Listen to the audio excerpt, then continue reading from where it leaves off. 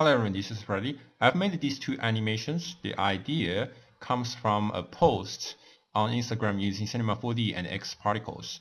There's also a referential tutorial using the same tools. Just to say that initially I think this animation requires X particles, but later people told me that there was one person last year on the conference explained how he can make this thing without using X particles. You can find all information within the description, but of course all of them uses Cinema 4D at least. So the question is, are you able to make this moving holes animation in Blender using animation nodes? I think two animations that I've made somehow prove the answer. There are some issues, but I will explain them and solve them as best I can. Anyway, whatever you are watching and you will do are free in Blender. So let's start. So let's firstly talk about the concept of these animations. And I'm going to make a low poly UV sphere. So there are many different methods to do this, I suppose. But I will mainly talk about two of them specifically. And the first one I would like to talk about is the Boolean method. So I'm duplicate for a small sphere and just get with a Booleans. Then you can see I'm generating a hose, which is kind of cool. And we will do more things so that it looks kind of whatever. But you can this is just a concept. But imagine if I would like to randomly move these holes. I need to adhere this this sphere on the surface of this bigger sphere. Otherwise, it will just goes away and there's no hole left on this sphere. And this is obviously not what we want. So how can we actually make this sphere stays on the surface? And here we're going to talk about a concept of BVH tree. Let's take a recast BVH tree. So firstly, let's think about this sphere. It has many different vertices, but if you're really just talking about these spheres, there's no point available on these edges or these edges. And this is not a true sphere at all. So BVH tree basically is going to use all these vertices and polygons to really construct an actual sphere to make it as perfect a sphere as possible, and also allows you to actually recast or project a point on this sphere. So you hit W, you select this node, hit W, goes to data input, and goes to BVH tree. So it asks you to construct a BVH tree. So in this case, you take the object mesh data and select our sphere. And the vertex locations, hit U, goes to socket settings, and take the polygon indices. So now we have the BVH tree. And let's just show you an example about how to project points. So object transform input, I'm going to select my wonderful controller and put the location into that. And move my point. And let's take a 3D viewer. So let's look at our locations. You can see we have the points being projected onto that. And it's kind of accurate. It can project on any points on the imaginary sphere that has been built through this BVH tree. Even if there's no actual vertex on the points, it has been generated. So this is kind of very fast way. Otherwise, you probably need more vertices, whatever stuff, to take an accurate projection. So this is kind of one of cool things. So here, let's just make it fast. And with these locations, we can definitely put our balls onto these locations. So the later idea is we are going to instance these balls and instance the locations so that more balls falls on the surface. So let's do that very quick. So instead of using a single controller to project a single point on the surface of this sphere, I'm going to generate random vector through vector wiggles. And I'm going to make it a list. So here instantaneously we get 5 points on the surface. And here just be aware that amplitude does not really matter because it will stay on the surface of sphere, but the evolution is something really change the direction of the vectors, and it will change the location of all these points, and it's actually the cause of the movement you've seen in my animation. So let's get a integer input, object instancer, object transform output. So let's take them, let's make it a 5, plug into count. So for 5 objects, I'm generating 5 vectors. Let's for these instancer, I'm going to apply the scales to keep it small. Copy for objects, objects goes to objects, goes to locations. So now we have 5 balls and so on and so forth. I'm going to throw this into the copy. So now we have 5 points projected on the surface. And here's the problem. A single Boolean can only Boolean one object at a time. Unfortunately, it cannot Boolean the collection. It does not work. And obviously, I have 5 instances. And I can only generate one host by a single Boolean. Animation node cannot put multiple Booleans onto the modifier. Actually, it has no it cannot add a modifier as well. So in general, it's just it's kind of very tricky at this moment. So you might think, okay, although it's not a procedural, but I can Control J combine all these meshes. But then I lost the controls through this vector wiggle, because I need this vector wiggle so that it can move around, right? So it can move around. But I also want to procedural Boolean everything. So here is what I'm going to do. I'm going to use animation node to generate a mesh based on all these 5 meshes. So basically combine them together. And so I will only Boolean once, but to keep the ability for this evolution to move all the spheres. So here's what I'm going to do. Collection info, mesh object output, object mesh data. So basically, these are 3 nodes that I need. Just to explain this collection info, because this node does not appear in the menu, or it has been updated, changes name or whatever stuff. Let's first name animation nodes. You can see objects and objects and children. So what's the difference between objects and objects? So assume if I have a collection within this collection, objects will only read the spheres, and all objects will read everything within this collection, including the objects within this collection 1. Children is, I haven't tested about children, but I suppose it reads the collection 1 without reading the sphere. So I think that's the point. Anyway, so because mesh object inputs cannot receive multiple inputs, so we have to generate a loop. And in this case, as I explained, objects and objects in this particular case does not really differ. And I'm going to output the mesh list. This looks kind of dumb, but it's something. It's just something you have to do in this case. And I'm putting this mesh list into the mesh. It will automatically generate a join mesh list. And let's output a target.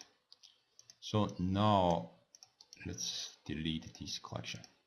So now I have the targets, and here's and if we hide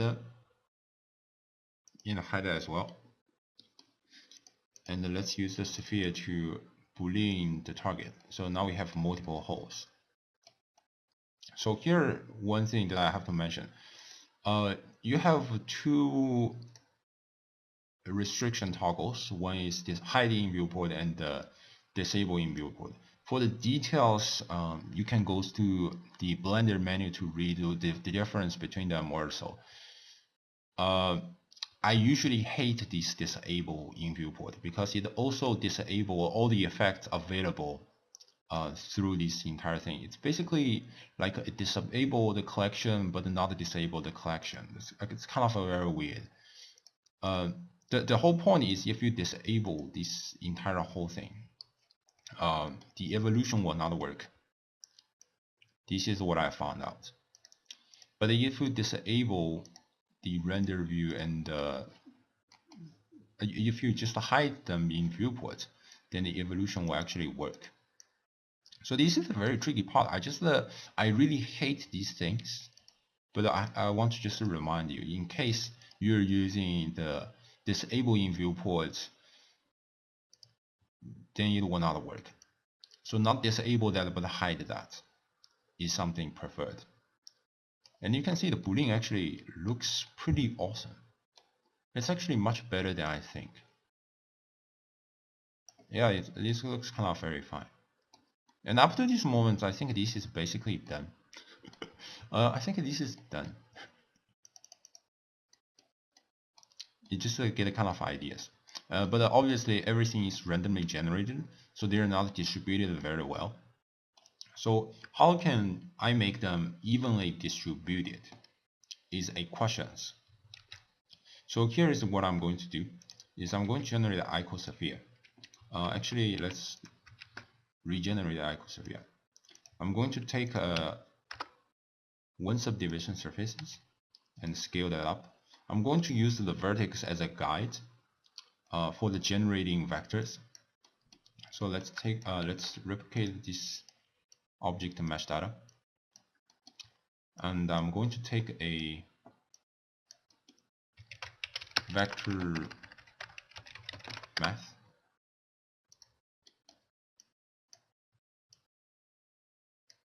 plug that in, and obviously now the count does not match. So let's random list element. So take a random list elements, and the amount will be our amount as well.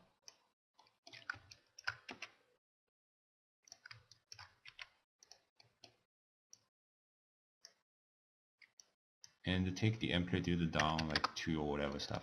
So now if we just try to look at the cubes, so if all the amplitude is zeros, then all the points are actually generated according to the vertex of our initial icosphere. But as you increase the amplitude, they will move a little bit away.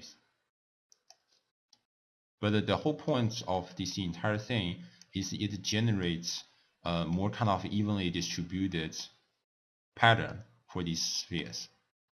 And you can definitely increase the count. But just to be aware, it hopefully, let's get the maximum number generated from this vector wiggle should hopefully be the maximum number for this vertex the list length as well. So like 12. Otherwise, it's possible that you just add a subdivision surface, add one viewport, and use the modifier. So now you can generate more stuff. Yeah, it's just kind of ideas. So now kind of more evenly distributed, so that even if you're just in a single viewport, just change the seed, even without actually change the seeds, it will show in the viewport instead of you have to working around all places. It's just kind of idea. I think up to this point, this is done. This method, however, just to show you what will happen. So here's the issue is when you see these two balls are intersecting each other, you can see one ball will disappear and the mesh goes to be very weird, or sometimes the Boolean will fail completely and so on and so forth. And simply by adding subdivision surfaces do not necessarily solve the problem, because this is an issue. Actually, adding subdivision surface sometimes just makes everything worse compared to making that better. Anyway, so this is just a kind of idea that when they intersect, they will cause problems. So here are several things you need to think about. One thing is this is the issue of Boolean itself. Maybe this, maybe this will be improved in the future, and so on and so forth. Or there's another way is just to prevent them to intersect. And to prevent them to intersect, One way is simply to limit your movement. And that's why I really intend to use this icosphere as a guide so that they are distributed evenly on the surfaces of this cube. So they have even spacing out. That's kind of ideas. But other possibility is to make a kind of physics, a kind of rigid body simulation that push them apart so that prevent intersection. And obviously this is impossible with actual rigid body, because if the rigid body really takes over everything, it will just fly away instead of stick on the surface. So this is also impossible. But in the method of Cinema 4D, it's possible to use a modifier which is called a push apart modifier. I'm currently investigating that, but currently I cannot solve that, so maybe I have to consult with others in the future. So this is not a workable area to me up to this moment, and this is the issue of this entire animation at this moment. Just for your knowledge. So in this case, if you really would like to do such kind of thing, limiting the movement is something you really need to do. To try to make the movement, the amplitude is small, like 0.12 or something like that, and it will solve the problem. And not solve the problem, but it's kind of a workaround. And to make this, so now you have the booleans, and definitely you get a kind of idea. And also be aware there's a normal available. So if you would like to have a more complex geometry over there, you just use this normal to control the orientation through this direction to rotation, and so on. It's just to get a kind of idea, or use the location as a direction. Anyway, I've talked about all these things in the other tutorials, so I don't want to repeat them. And in my animation, there's a more easy thing I done. It's just I replicate another sphere, and I made that. So instead of making a complex geometries on each host, this is what I actually have done. And even if just acknowledge that if you're in cycles, I suppose you can use a node which is called a bevel node, which can read all these kind of sharp edges being created. You can actually try that. Or maybe I'm wrong. I haven't tested that, but it should work potentially. So that you can get the colors on the seam as well. Or you can just make model all the holes, whatever stuff. And these are all kind of things that you can do. But here's the problem. Here's the problem. That as I said earlier, if you're using Boolean methods, currently you cannot get the intersection. But what if I want intersection? I want to generate kind of merge the holes together. Then I cannot use Boolean method. And here's where the second method that kicks in, and I'm going to explain this. So the second method is actually called the for method. Instead of using booleans to generate holes, I'm going to use for to generate all holes. And in this case, instead of using an instancer, I'm actually going to use controls, which means the empties, and make them function as for. So now if I turn on the animation nodes, I have all these fors. And let's make them different scales as well. Make it 0.5 and minimum like 0.25. Just a kind of ideas, it should be enough. And now let's clean out Boolean target. Actually, we'll keep this target for future use. So how can we actually use for to effect the mesh? And how are we going to use the for as well? So the principal idea is, if the object is in for, then this should be the vertex should be drawn to the world origin so that it feels like they are collapsing and to generate a holes. That's the idea. yeah, that's really it. So we're going to work with this. So let's take a object controller, and objects goes into that. So it does not matter whether it's max or adds, but max probably is preferred. And then I'm going to take a mix vector.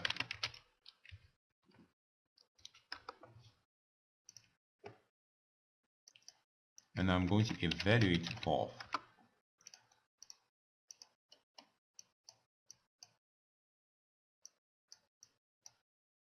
And then now if it kind of a long distance go, and it actually, the mix factor cannot receive multiple inputs.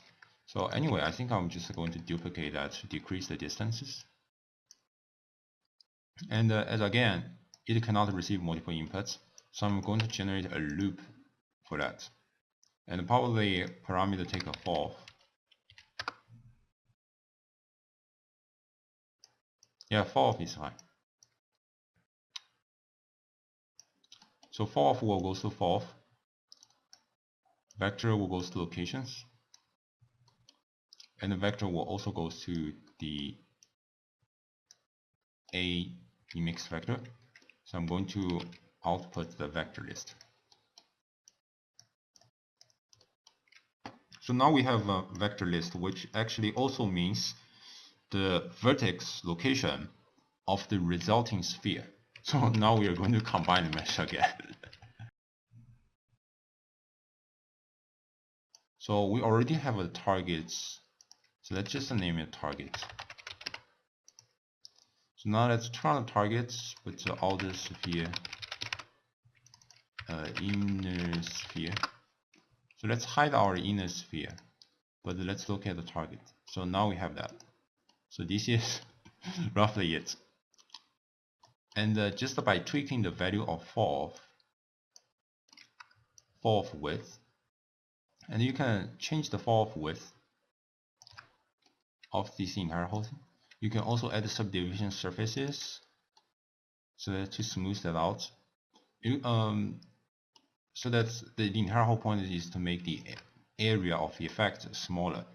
But now you find the issue is these kind of edges are so jaggy. It's kind of how should I say? The kind of islands or geometry or whatever kind of weird stuff instead of the holes that we've initially seen at the beginning.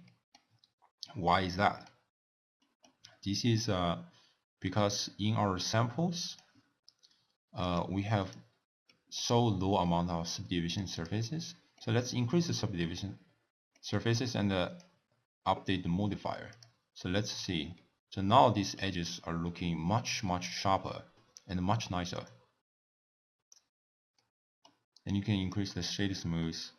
Basically to solve the problem. So you get a kind of idea. So if by any chances you see whatever stuff, subdivision surface either in the original sphere or the target sphere is the cause. But because we're importing the vertex of original sphere into the target sphere, I think it will be better to just only increase the subdivision surface in the origin, so that everything will be updated to the target as well. So it's kind of idea. You get the point, I suppose. And by tweaking the fourth width, you can change the size of everything, and you can tweak all these random numbers, change the size of whatever our controllers. So that's basically the point. And turn on subdivision surfaces. And how can we actually make kind of more? So you can see now it's more kind of the good part of this method is because the fourth has a width with that. There's a kind of curvature in the whole thing, meaning that you automatically get a kind of bevel effect on the edges. And if you're using Boolean methods, it's impossible to get such kind of beautiful curvature or bevel on these edges. I mean, at some point, I suppose you can, but it's on Sphere, so I don't test it. I haven't tested it, so I cannot really tell. But you get kind of an idea. You can try actually. So this is it. I'm not going to go deep to the texturing or other things. Just talking about the ideas about how to modeling. And in terms of animation, again, just do this kind of changing the evolution. And remember to not to disable the collection, but just hide them so that the evolution will move as they are. And again, the good part of this method is you can free move, and the fourth will just mix them together, and the host will mix them together as well, which is kind of very cool. So I hope you enjoyed this tutorial, and I'll probably see you next time. Bye bye.